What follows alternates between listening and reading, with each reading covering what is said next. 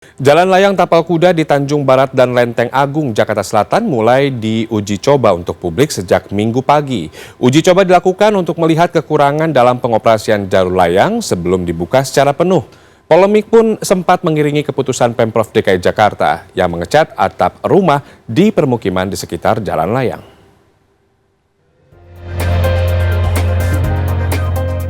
Mulai hari Minggu 31 Januari 2021, Pemprov DKI Jakarta menggelar uji coba layang tapal kuda, Lenteng Agung, dan Tanjung Barat di Jakarta Selatan.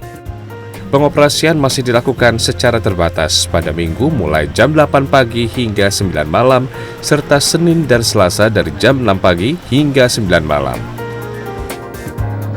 Ketika melintas di kedua flyover ini, pengendara disuguhi pemandangan atap permukiman yang dicat warna-warni.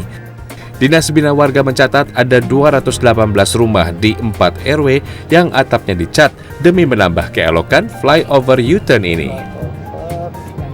Ya, jadi setelah melewati jalan layang, saya merasa memang masih kurang dari segi marka jalannya. Misalnya di titik jalan layang Tanjung Barat atau di titik putaran menuju ke arah Pancoran. Sebelumnya itu ada pertigaan. Nah, saya rasa perlu signifikan lagi marka penunjuk jalannya di sana. Selain itu juga kita harus lebih berhati-hati karena setelah jalan lurus, putaran di atas itu cukup tajam. Jadi kita lebih harus melambatkan kendaraan. Nah, terakhir ini terkait pengecatan rumah-rumah di sekitaran jalan layang. Saya sih selama mengendara ya, nggak ngelihat apa-apa sih. Jadi saya rasa bagusnya kalau cuma ada di atas drone doang. Namun polemik sempat mengemuka ketika Pemprov DKI Jakarta memutuskan untuk mengecat atap bangunan di sekitar flyover. Pengamat tata kota Nirwono Yoga menilai pengguna jalan tidak akan fokus melihat keindahan pemandangan atap bangunan saat melintasi flyover karena mereka lebih fokus berkendara. Selain itu, Pemprov DKI juga memperhatikan pengecatan yang sifatnya sementara. Jangan sampai membuat atap bangunan nampak kumuh saat cat luntur akibat cuaca dan waktu. Bisa kita pastikan dengan cuaca curah hujan yang tinggi, terik panas matahari, itu cat akan cepat memudar. Tidak lebih dari, maksimal tidak lebih dari 5 tahun, bahkan rata-rata hanya 2-3 tahun. Nah, artinya juga harus dipertimbangkan ke depan bagaimana pemeliharaan dan perawatannya lagi, gitu ya. Karena begitu catnya memudar, tentu kesan keindahan yang ingin ditampilkan dari warna-warna tersebut juga akan hilang.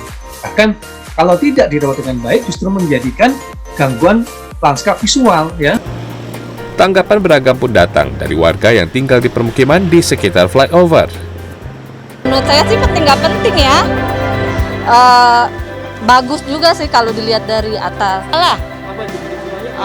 Jadi bagus, jadi kelihatannya bersih, rapi. Ya harus diganti loh kalau rusak. Kan karena itu udah proyeknya pemerintah. Ya kalau rusak gantilah. Pemprov DKI meminta masyarakat bersabar. Setelah 3 hari uji coba, jalan layang akan kembali ditutup untuk dilakukan evaluasi. Ini sekarang JPO sedang dalam konstruksi, mudah-mudahan bulan Maret JPO-nya sudah selesai. Kalau yang di Pasar Minggu sudah hampir finalisasi. Jadi harapannya nanti bagi warga di kanan kiri lintasan kereta, mereka bisa menyeberang dengan leluasa. Jalan layang ini dibangun sejak akhir Desember 2019 dan menghabiskan anggaran sekitar 300 miliar rupiah.